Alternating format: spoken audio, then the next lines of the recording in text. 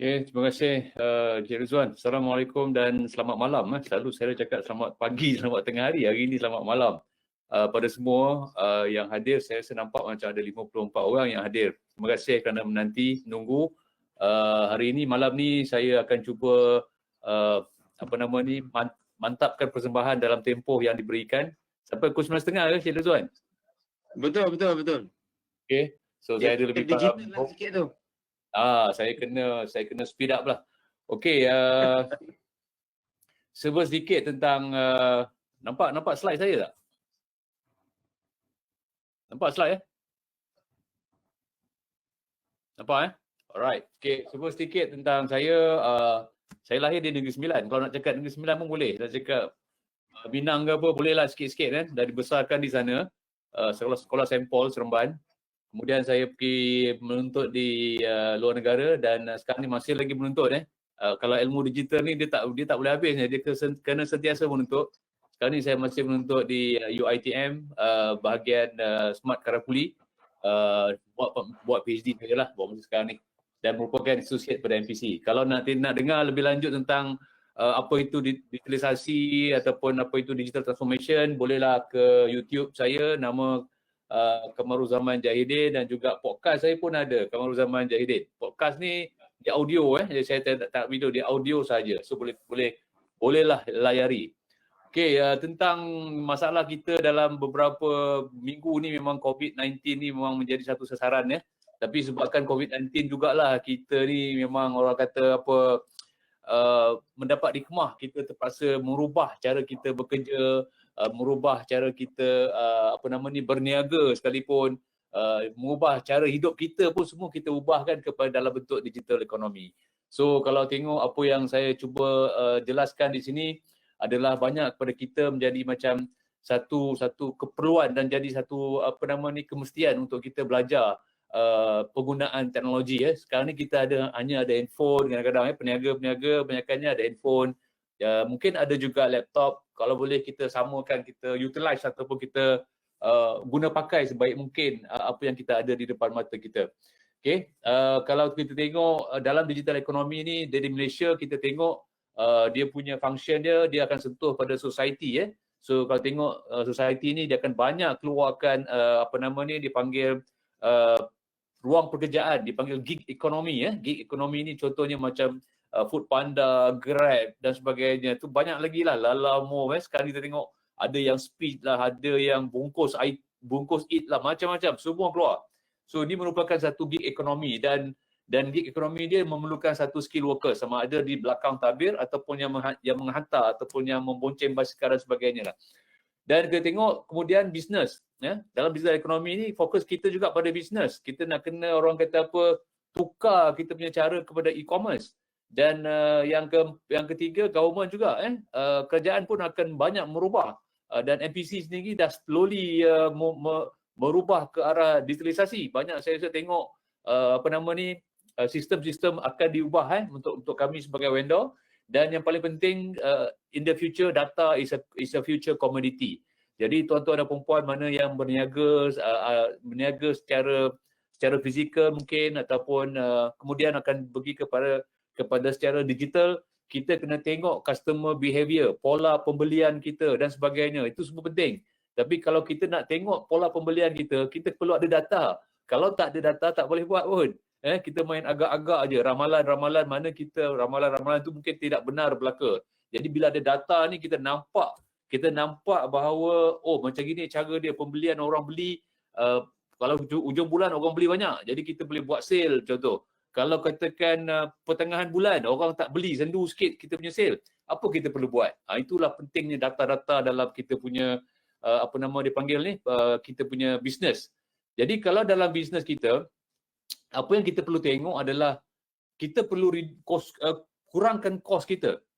Kalau kita tengok kita berniaga, kos makin lama makin banyak, kos makin lama meningkat sebab pekerja makin ramai, kemudian gaji dia ni bukan makin turun, makin tinggi lepas tu kos elektrik makin tinggi, makin banyak dan sebagainya.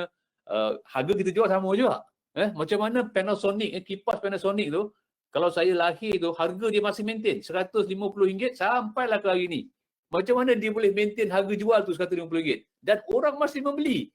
Dan kalau orang tengok adalah macam-macam keluar kan, tapi bila orang tengok Panasonic, KDK ke apa ke, steady je dia. Sebab apa? Dia mengamalkan konsep dia panggil wastages ataupun dia panggil lean manufacturing. Saya rasa MPC dah banyak keluarkan pengetahuan, keluarkan perkongsian dan sebagainya tentang lean. Tapi saya tak sentuh pasal lean lah. Saya sentuh pasal digitalisasi. Jadi kalau tengok kita perlu kurangkan kos kita. So dari hari ke hari bila kita kurangkan kos kita, maka kita akan dapat profit yang banyak. Jadi bagaimana nak kurangkan kos kita? Kos-kos kita ni semua berada pada tahap yang mana kita tengok akan melibatkan manpower, akan melibatkan mesin kita, akan melibatkan material kita, akan melibatkan cara kita bekerja ataupun cara kita membuat. Dan yang keenam melibatkan duit kita dan juga melibatkan pengurusan kita. Jadi dalam digitalisasi ni kita bukan tengok pada teknologi saja. Kita akan tengok kepada 3 benda. Pertama, people, orang. Kedua, proses yang kita buat, method. Dan yang ketiga, barulah kita lihat kepada teknologi. Teknologi sebenarnya datang di belakang. Tapi masalah kita terlampau orang kata apa, melihat teknologi itu berada di depan kita dan kita akan grab. Ini salah satu orang kata apa kesilapan yang banyak dilakukan oleh usahawan-usahawan lah. Jadi saya hari ini saya akan berkongsi bagaimana saya membantu beberapa usahawan di dalam merealisasikan dan mengurangkan dia punya kos dan meningkatkan produktiviti. Saya akan share, banyak saya akan share hari ini. Walaupun ada lagi 20 minit. Saya rasa macam tak puas lah Cik Rizwan 20 minit. Okey. Dalam proses digitalisasi ini dia ada pengembaraan ataupun dia ada perjalanan dia. Perjalanan pertama dipanggil digitization, perjalanan kedua dipanggil digitalization dan perjalanan ketiga dipanggil digital transformation. Dan saya tak sentuh sangat kepada digital transformation ni sebab dia banyak merupakan teknologi-teknologi yang agak tinggi seperti IoT, Internet of Things, artificial intelligence, augmented reality. Cuma saya akan cuba sentuh beberapa saja. Jadi kalau kita tengok proses yang pertama dipanggil digitization ni, kita akan hanya dapat data. Kita convert data analog kita kepada data yang berbentuk digital. Contohlah tuan-tuan dan puan-puan mungkin berniaga. Saya tengok macam banyak kedai-kedai runcit dia tulis, kadang-kadang dia tulis, beli apa? Dia tulis lamsam aja. Kalau orang berniaga nasi lemak ke apa ke, dia akan tulis lamsam aja. Tapi dia tak tahu banyak nasi lemak dia jual, cuma dia tahu lamsam saja orang tu beli berapa. Jadi itu data-data tu dia simpan dalam buku. Tapi kalau dia alihkan ke dalam bentuk digital dan kemudian dia guna data tu untuk dia buat graf, tengok pola catar dia kan, dia akan pergi ke arah digitalization. Nampak? So dia akan pergi ke arah digitalization, kat situlah dia akan nampak bagaimana dia boleh orang kata apa meningkatkan lagi dia punya nasi lemak dia. Sebagai contoh lah dia berniaga pukul 7, tapi pukul 7 tak ada orang datang pun. Orang datang start pukul 8.30. Tapi dia start berniaga pukul 7. Okey. Jadi dekat sini dia ada kerugian lah. Dia start berniaga pukul 7, tak ada orang datang pun. So sepatutnya dia berniaga, dia bermula pukul 8, dia standby, 8.30 orang datang. So benda-benda yang macam ni lah yang perlu kita ambil data. Apa yang banyak orang beli, SKU, orang beli kari pap ke, orang beli apam ke, orang beli nasi lemak ke apa. Data-data tu semua penting. Sebab apa? Sebab inilah yang akan membantu kita memilih produk mana yang sesuai untuk kita jual. Dan yang ketiga dipanggil digital transformation. Di sinilah yang banyak kita fikir creativity, kita panggil reinventing the business. Okay? Dalam erti kata lain, kalau nak senang nampak, bayangkan jam. Cik Tuan, bayangkan jam. Kita pakai jam analog. Okay, dulu. Daripada jam analog, kita pergi kepada G-Shock yang ada digital. Itu dia panggil digitization. Okay? So, daripada jam G-Shock ni, dia pergi pula macam jam saya pula, dia panggil smartwatch ni. Dia ada semua cantik lah, dia ada kita boleh sukat kita punya heartbeat, oksigen kita, perjalanan kaki kita dan sebagainya. Itu dia panggil digitalization. Tetapi bila dia link dengan kita punya handphone, maksudnya handphone kita dan data-data kita ni semua dekat cloud ataupun dekat server di luar dan kita boleh tengok data-data ni melalui handphone kita, that is dia panggil digital transformation. Maksudnya dia berkomunikasi di antara handphone kita ni, jam kita ni dengan cloud yang atas. So dia panggil digital transformation. Saya akan jelaskan sedikit lah. Jadi dalam digital journey ni dia ada banyak, dia ada 4 proses. Tapi pada saya yang saya warna merahkan itulah yang patutnya tuan-tuan dan puan-puan perlu fokus, di mana dipanggil proses transformation. Di sinilah tuan-tuan akan tengok balik macam mana cara kita nak mengurangkan kos, bagaimana cara kita nak kurangkan kita punya cycle time dalam kita punya production, meningkatkan kualiti kita, meningkatkan produktiviti kita. Banyak kalau kita tengok. Dan yang ujung tu dipanggil cultural dan organizational transformation. Di sinilah kita tengok people tadi tu, people, proses dan teknologi. Inilah people. Bagaimana top management dengan bottom management sama-sama berfikiran supaya semua kan ke arah satu tune ataupun satu frekuensi. Tidaklah satu kelompok kata tak boleh buat digitalisasi. Satu kelompok lagi kita boleh buat digitalisasi. Jadi kita akan ada satu masalah. Akan ada dua parti pula kan. Macam sekarang ni kan, masalah kat situ. Jadi kita tak nak dalam organisasi kita dia dapatkan satu tune yang mana kita boleh move. Tujuan digitalisasi ini adalah untuk meningkatkan kita punya produktiviti dan seterusnya kita akan meningkatkan kita punya orang kata apa di antara objektif dia adalah untuk mendapatkan customer ataupun kita pegang customer ni, kita panggil engage of the customer. Tadi saya pun ada meeting dengan Sharp Sharp nak buat AIoT, dia panggil saya. So dia macam mana dia kata customer dia banyak lagi tempat lain dah dia kata. So macam mana kita nak buat AIoT yang mana kita boleh engage balik customer kita. So dalam konteks benefits ataupun kebaikan digitalisasi ni antaranya satu dia engage customer, dia pegang customer. Yang kedua employee pun suka sebab kerja dah makin lama makin senang dan juga orang kata apa mudah untuk dia kerja. Dan yang ketiga kita boleh optimize kita punya operation. Bila kita dapat data banyak, tengok banyak kita punya mesin ni sebenarnya underutilized. Patutnya mesin ni boleh keluar 1000 sehari. Tetapi bila kita tengok data-data tu, takkan boleh keluar 800 je sehari, 200 kita rugi. So dekat sinilah kita nampak penggunaan digitalisasi ni dapat membantu kita meningkatkan kita punya operasi ataupun dipanggil optimize kita punya operation. Dan yang keempat, berkemungkinan daripada digitalisasi ini juga dia akan dapat membantu kita transform produk kita. Takkan produk kita macam tu je kan. Kita kena transform. Ada idea creativity kita transform produk kita. So this is part of the benefit yang mana kita nampak digitalisasi ini akan dapat membantu usahawan-usahawan terutamanya di Negeri Sembilan lah. Nak saya lawat Negeri Sembilan ke? Boleh juga ni. Okey. So ini contoh. Campur lah KJ. Apa dia? Dia campur nogori sikit. Boleh. Saya orang nogori. Saya tak kisah. Ni tempat kawan saya ni. Dia meniaga orang kata apa ni? Meniaga washing machine. Bukan washing machine. Dia meniaga laundry. Dia meniaga laundry ni dia ada 15 mesin. Dia ada 15 mesin dan dia tak ada orang. Langsung tak ada orang. Dia punya pembayaran dia pakai cashless. Boleh bayar dengan QR code, boleh bayar dengan cashless. Nanti Cik Ashraf akan terangkan pasal QR code dan sebagainya tu. So dia menggunakan all the platform. Yang bestnya pula, dia menggunakan satu konsep dipanggil IoT. Ini yang kita kata digital transformation tadi. Ada device yang mana diletak dekat setiap mesin yang ada ni. Dia ada 15 mesin. Yang paling best ni dia tahu mesin mana yang beroperasi. Tu best tu je tuan. Dia tahu mesin mana yang operasi. Dan dia tahu mesin mana yang menjadi kegemaran orang datang menggunakan mesin tu. Jadi bila dia tahu kegemaran orang datang, dia tengok mesin ni selalu pakai. Makanya mesin ni akan direhatkan sementara sebab untuk maintenance. Jadi dia nampak, dia boleh balance mesin 1, mesin 2, mesin 3 dan seterusnya. Janganlah tunggu mesin dah rosak baru panggil technician. Ini masalah kita. Kita yang berlaku dekat kita adalah kita akan bekerja bila benda masalah. Sepatutnya kita bekerja bila benda tak masalah. Supaya kita boleh bekerja dengan tenang dan aman. Itu sebenarnya prinsip bekerja. Bukan bekerja dengan masalah. Bekerja dengan hati yang tenang. Jadi kalau kita tengok konsep-konsep macam ni, yang bestnya, dia boleh tahu mesin ni dah produce berapa banyak sale. Jadi dia tahu ROI dia macam mana pula dan sebagainya. Dia boleh tahu hari apa yang sendu. Dia tengok trend sales dia, hari Selasa, hari Rabu memang slow. Jadi apa dia buat? Apa yang dia buat? So data ni sebenarnya dia buat untuk apa? Dia kata okey, hari Selasa, hari Rabu kita bagi diskaun 10%. Naik balik sale dia. Ini sebenarnya digitalisasi.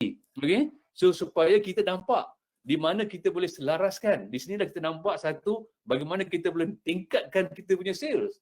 Satu. Jadi kalau tengok dekat sini dia buat investment 18,000 untuk 15 mesin. Tuan-tuan.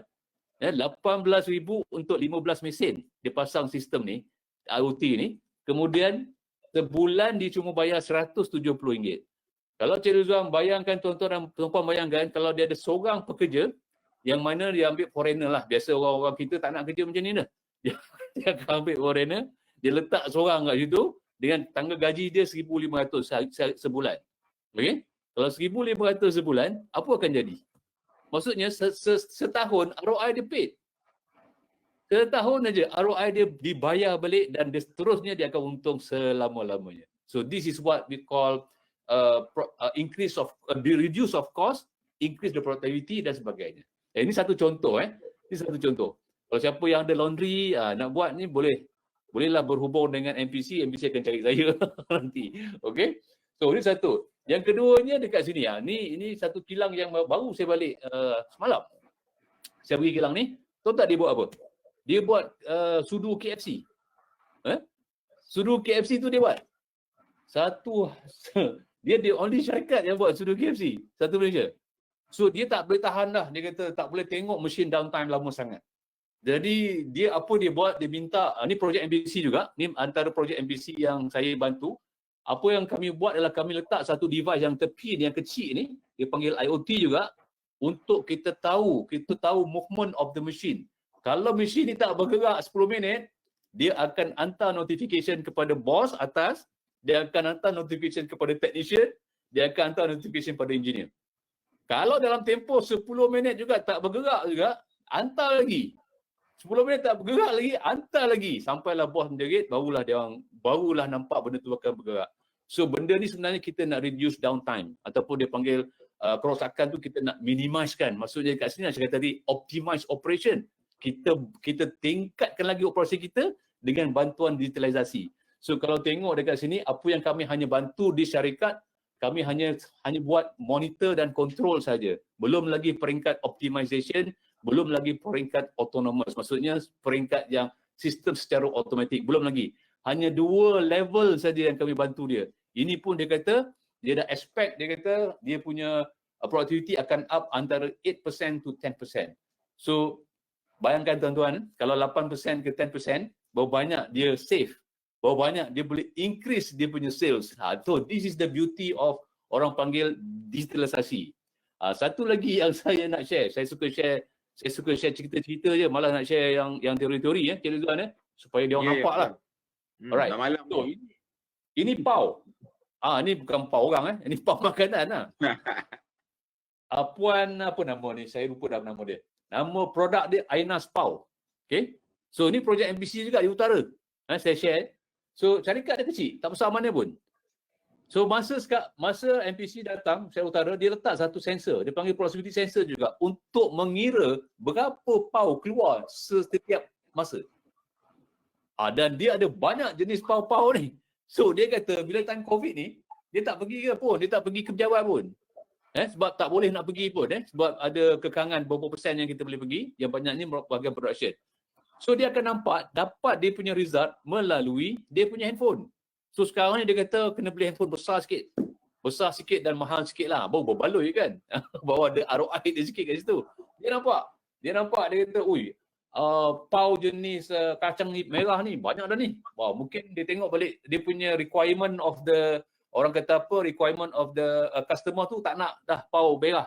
Tukar model, tukar pau lain. Ini yang kata data ni membantu kita membuat decision. Data ni membantu kita membuat keputusan dengan lebih baik. Itulah di antara kekangan-kekangan ataupun kebaikan di dalam digitalisasi. Dan satu lagi projek yang saya buat dengan Haji Zandrin, ini dekat satu syarikat, dia buat kotak pula. Kotak ni pun masalah juga. Dia buat kotak untuk pizza, dia buat kotak untuk macam-macam. Dan kita tak tahu berapa output dia. So kalau tengok, kita letak satu sensor dekat bawah ni dan dia nampak dekat sini, pukul 7 mesin tu operasi, pukul 2 tak dapat lagi output, tak stabilize lagi output. Output dia stabilize apabila pukul 2 ke atas. So dekat sini nampak tak lost time dia banyak. So this is the beauty of penggunaan digitalisasi. Bukan kita nak marah orang tu, tapi kita nak membantu. But this is loss kepada syarikat. So dalam penggunaan data ni kita nampak satu, kita boleh tengok descriptive analytics, dia panggil apa yang berlaku sebenarnya dekat production. Yang kedua dia tengok kenapa dia berlaku. Yang ketiga bagaimana dia boleh berlaku. Dan yang keempat bagaimana kita nak menyekat dia daripada berlaku lagi. So tak boleh tahan lah tengok asyik asyik reduce saya down, customer dah melalak dekat belakang dah supaya deliver the product. So this is all berkenaan dengan IoT ataupun berkenaan dengan Internet of Things. Satu lagi, kalau tuan-tuan dan perempuan tak mampulah kata ataupun tak naklah main IoT ni, tak siapa nak jaga kan, for example. So tuan-tuan dan perempuan pun boleh menggunakan benda yang sangat-sangat percuma. Betul-betul di internet kita gunakan Google Sheet dan kita gunakan Google Data Studio. Saya tunjuk example. Okay. So saya tunjuk yang nyata lah. Ni live ni live. Data ni live. Nampak tak slide saya? Nampak. Okay. So this is live. Okay. So benda ni sebenarnya, data-data ni actually merupakan data yang kita key in menggunakan Google Form sahaja. Kalau dulu orang buat dalam bentuk kertas A4, dah tak payah dah. Pakai handphone je, kita pakai Google Form je. Google Form pun free, bukan bayar pun. Tapi data tu, storage tu dia bagi hanya 15 gig. Kalau tuan-tuan dan perempuan nak lebih sikit, bayar setahun RM87.90 sahaja. Dapat 100 gig. Kalau setakat data 100 gig ni, saya pun baru pakai 46 gig. Ada lagi 54 gig, tak tahu nak sumbat apa. Gambar-gambar, video-video semua saya sumbat kat sana. Dan kita boleh capai melalui internet, dan kita boleh capai di mana-mana kita ada, luar negara ke, dalam negara ke, as long as ada internet connection. So apa yang saya nak tunjuk dekat sini adalah tengok bahawa data-data ni di-capture melalui Google Form, kemudian Google Form ni akan transferkan data ni kepada Google Sheet. Dan barulah dia akan keluarkan grafik ataupun contohnya pola-pola yang sebegini. So pola-pola yang sebegini ni sebenarnya kita nampak membantu kita. Kita nampak membantu kita, sebagai contoh hari ni output berapa banyak. Kalau kita tengok data yang cacing macam ni, kita tak nampak. Data yang array tak nampak. Tapi bila kita tengok statistik yang macam ni, kita tengok 4 hari bulan ni kenapa output rendah sangat? Kenapa 4 hari bulan output rendah sangat? Kita compare pula kita punya manpower, kita compare pula kan kita punya calculations of downtime, dan kita tengok pula kita punya material downtime. Rupa-rupanya kita tengok attendance okey, tak ada masalah. Pekerja datang 95%. Mungkin ada 2-3 orang, seorang tak datang, because 1% tak datang, kita tolak 5% for example. Jadi kita tengok, machine downtime 40 minit, itu yang menyebabkan output jadi 500.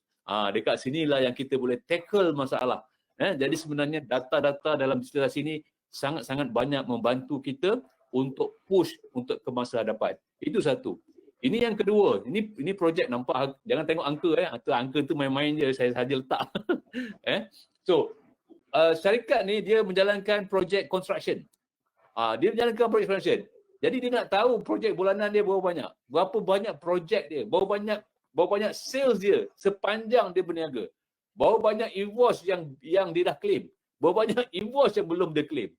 Ini contoh. So dia saya bantu dia untuk menggunakan Google Data Studio saja dan juga Google Sheet. Dua benda ni saja. Tak kacau lain.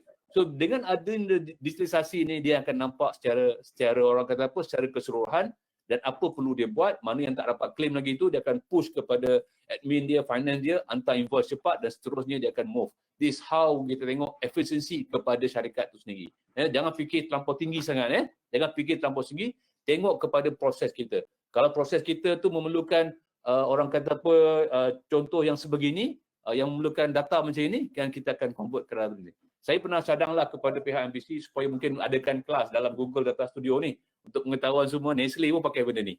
Nestle yang betul-betul tu pakai benda ni. Tak payah nak fikir, kalau tuan-tuan tak mampu nak beli software sebagainya, gunakan Data Studio pun dah memadai.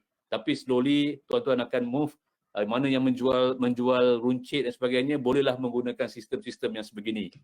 Mungkin ada satu Android box dan sebagainya, dan tengok kalau dulu orang ambil order, sekarang ni tak payahlah ambil order, scan the QR code, lepas tu bayar pula dengan bank, dengan macam Cik Asha akan terangkan nanti. So bayar pula dengan yang lain. The best part is you tahu berapa sales you. You tak payah datang kat sana pun, you tahu dah sales you macam mana. So benda ni pun tak mahal. Saya rasa 1,000 lebih je. Dan sebulan dan setahun hanya RM365. Tak mahal ke murah? Kalau kita bayangkan kita ambil orang. So comparisons of price dan sebagainya pun perlu kita ambil kira. Dan satu lagi yang saya nak share, ada sikit masa saya curi sikit. Ada satu lagi saya nak share, kalau tuan-tuan dan puan nak jadikan tuan-tuan punya rumah smart office ataupun smart home, nah saya dah buat dekat rumah saya pun. Saya beli produk tu hanya RM49 sahaja. Saya beli produk RM49. Produk ni akan kau team, orang kata kau team lah, all the remote control, aircon, TV, kipas. Lepas tu ada software dia, dia boleh software dia boleh, kita yang bestnya, saya boleh masa tidur, saya boleh timer aircon ni berapa jam dia bergerak. Lepas aircon tu mati, kipas pula jalan. So saya save dari segi energi. So tuan-tuan dan puan-puan pun boleh buat sebenarnya. Bolehlah tengok dekat Shopee. Cik Rizwan nak jual mahal sikit kan Cik Rizwan? So boleh tengok dekat Shopee, cuma apa, tuan-tuan hanya tahu ilmu saja. Ini satu benda yang tuan-tuan dan puan-puan perlu orang kata explore. This is part of the digitalisasi juga. Dan yang ketiga, saya bagi tips lah. Saya bagi tips, kalau tuan-tuan dan puan-puan ada nak buat online, orang kata apa, live. Jadi kamera dekat handphone, kamera dekat laptop ada. Tapi tuan nak bergerakkan kamera tu juga. So tuan-tuan hanya menggunakan handphone, download software nama iRiun. iRiun ni free je, bukan bayar pun, free je. Tapi syarat dia menggunakan wifi yang sama, lepas tu boleh pilih nak pilih kamera depan ke ataupun nak pilih kamera handphone. So ni tips-tips yang saya dah share slide ni pada pihak MPC. Mungkin siapa-siapa yang nak bolehlah tengok dan sebagainya. Jadi sebelum akhir, apa yang saya suka share adalah kalau tuan-tuan dan puan-puan nak menuju ke arah digitalisasi, apa yang tuan-tuan dan puan-puan perlu ada satu is courage, keberanian. Banyak orang takut nak try dengan digitalisasi ni sebab dia kata banyak fail. Memang banyak fail. Saya tak nafikan overseas tu banyak fail. Tapi dia punya failure tu because of dia sendiri, sebab dia tak mengkaji secara detail. Dia mengkaji teknologi tapi dia sebenarnya tak mengkaji proses. Yang penting kaji proses. Lepas tu guna teknologi mana yang sesuai untuk proses. Bukan ambil teknologi sumbat kepada proses. That is fail. Ini banyak yang berlaku. Jadi pertama ada courage, maksudnya courage ni keberanian. Yang kedua kena ada komunikasi dengan atas dan bawah dan juga komunikasi dengan orang luar. Yang ketiga kena ada fikiran yang lebih critical. Critical thinking ni maksudnya the stronger the why, lagi banyak awak tanya soalan why, the easier the how it becomes. Maksudnya lagi senang kita buat kerja. Itu dia 5W1H. Kalau kalau kita selalu dalam Lean 5N 5W1H, tapi saya kontrakan dia kepada the stronger the why, the easier the how it becomes. Dan yang akhir kita perlu ada creative thinking. Creative thinking ni macam mana kita nak solve problem ni secara kreatif kita. Cara macam-macam banyak. Digitalisasi ni ada yang mahal, ada yang murah, ada yang pertengahan. Terpulang pada tuan-tuan dan perempuan. Jadi yang pertama, adakan awareness, dapatkan awareness pada semua organisasi. Yang kedua, try benda kecil-kecil dulu, jangan buat besar-besar. Selalunya orang ni semangat nak buat benda besar. Jangan buat dulu, buat benda kecil-kecil dulu. Daripada kecil-kecil ni buatlah. Kemudian apa yang tuan-tuan buat adalah tuan-tuan kena tingkatkan lagi daripada kecil jadi besar sikit. Dan sukses yang besar ni baru tuan-tuan dan perempuan share dengan departmen-departmen lain ataupun dengan kawan-kawan yang lain. Jadi kita nampak satu ekosistem dalam digitalisasi ini sangat-sangat berlaku di antara PKS ataupun IKS ataupun SME yang ada di Malaysia. Dan yang paling penting sebelum saya habiskan, saya suka nak beritahu the impact dalam digitalisasi ini, dia akan kurangkan kita punya wastages. Mana wastage kita datang daripada manpower kita, mesin kita, material kita, method kita, money kita dan juga pengurusan kita. Dan dia akan tingkatkan kualiti kita. Kita akan mengurangkan kos kita akan mempercepatkan delivery kita, dan yang paling penting safety untuk semua. Dan apa yang dia bantu dalam sesi ini, pertama dia akan beri kita alert, dia akan beri kita warning. Ni mesin ni akan rosak ni. Bukan mesin dah rosak buat kerja mesin akan rosak, apa kita buat? Panggil maintenance awal-awal.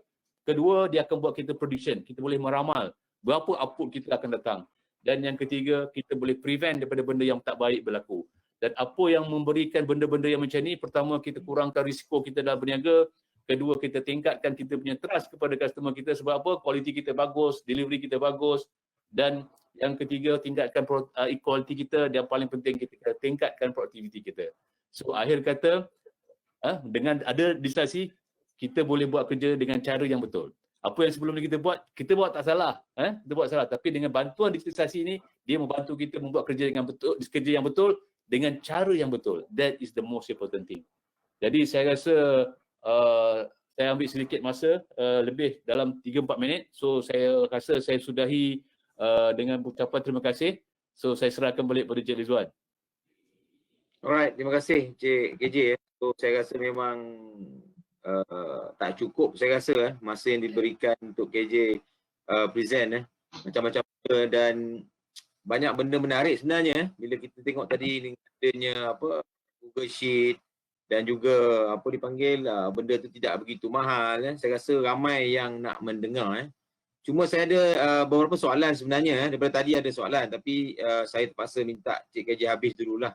Cuma satu soalan yang saya akan pilih daripada kita punya peserta ni. Memang digitization atau digitalization ni bagus. Tapi apa komen Cik KJ tentang ia akan meningkatkan lagi pengangguran di Malaysia ni? Yalah, macam tadi dekat Dobi kan dah tak ada orang dah. So, yalah semua dah orang kata apa, dah IR 4.0 tak menggunakan. So, apa jadi pula dengan kita punya, apa dipanggil, pekerja-pekerja ni? Boleh ulas sikit? Saya cukup suka soalan tu. Ramai tanya soalan tu kat saya. Apa yang perlu kita buat sebenarnya, dia bukan mengurangkan. Tugas kita tu dah beralih kepada sebelum, kepada yang akan datang. Itu saja. Itu saja. Sebagai contoh, sebelum ni kita buat apa? Kita sibuk menjaga mesin washing machine lah contoh. Tapi bila dengan bantuan teknologi industri teknologi IoT tadi tu ataupun digitalisasi tadi tu, apa patutnya kita buat? Kita bersihkan kawasan tu. Kalau sebelum ni kita melayan mesin yang rosak lepas tu ada benda kan.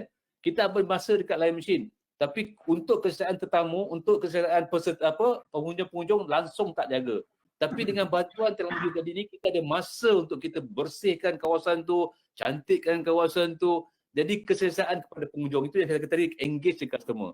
Itu satu itu satu contoh. Yang keduanya contoh macam orang kata guna robot, habis orang tak ada kerja. Sampai bila kita tak nak guna robot? Kalau bayangkan kita kerja kita ambil 20 kilo satu hari, satu jam kita angkat 20 kilo. Kalau macam saya memang dah hampir retak lah, belum patah lagi lah. Hampir retak lah kan. Jadi dengan bantuan teknologi robotik ataupun robot sebagainya pun, dia sebenarnya mengurangkan beban kita. Itulah sebenarnya kalau tengok di negara Jepun, dia telah berlangkah kepada society 5.0 di mana dia dengan teknologi ni saling berinteraksi. Sebab apa? Sebab in the future kita ramalkan negara-negara luar ramalkan, tapi semua ramalan apapun kuasa Allah, umur manusia makin lama makin tinggi. Makin lama makin banyak. Mungkin dia boleh hidup sampai 65 tahun, 70 tahun. Tapi tanpa bantuan teknologi ni apa akan jadi? Tak akan banyak salah. Dan yang paling penting pada saya, skill. Itu saya kata tadi, awal-awal tadi, skill kita yang lama tu bukan tak boleh pakai. Boleh pakai. Tetapi kita perlu upgrade kepada skill yang baru. Bukan buang orang. Orang yang dia buang itulah orang yang tidak ada skill. Sebab tu dia kena buang. So kita perlu tingkatkan skill. Apa yang kita perlu buat sebagai pekerja? Pertama kita kena learn, kita kena unlearn dan kita kena relearn. Yang akhir tu relearn tu kita kena belajar dari semasa ke semasa. Okay, Cik Rogan, back to you. Alright, saya rasa clear lah Cik KJ sebab saya rasa kita punya function pun dah berubah. Maksudnya kita kena naikkan balik skill kita. Jangan risau lah siapa yang ada robot apa ke, jangan risau sebab robot tu perlu manusia juga untuk dia jaga dia pun tak ada orang kata apa boleh jaga diri sendiri. So bila rosak ada manusia. So function pekerja di Malaysia ni perlu di-upgrade. Maknanya skilling kita kena upgrade menjadi lebih baik lagi lah rather than buat benda-benda yang tidak sepatutnya. Okey, terima kasih Cik KJ atas perkongsian tadi. Saya rasa insyaAllah kita akan ada lagi kemungkinan NPC akan panggil lagi lah Cik KJ untuk sesi berikutnya. Sebab saya bukan apa, saya sebenarnya berfikir empati saya ialah kepada peniaga-peniaga kecil. Mereka memang nak beralih ke IT ni tetapi apakan daya kadang-kadang dia orang punya knowledge dia orang, skill dia orang sendiri and then dia orang punya type of business tu tak boleh nak di-IT kan.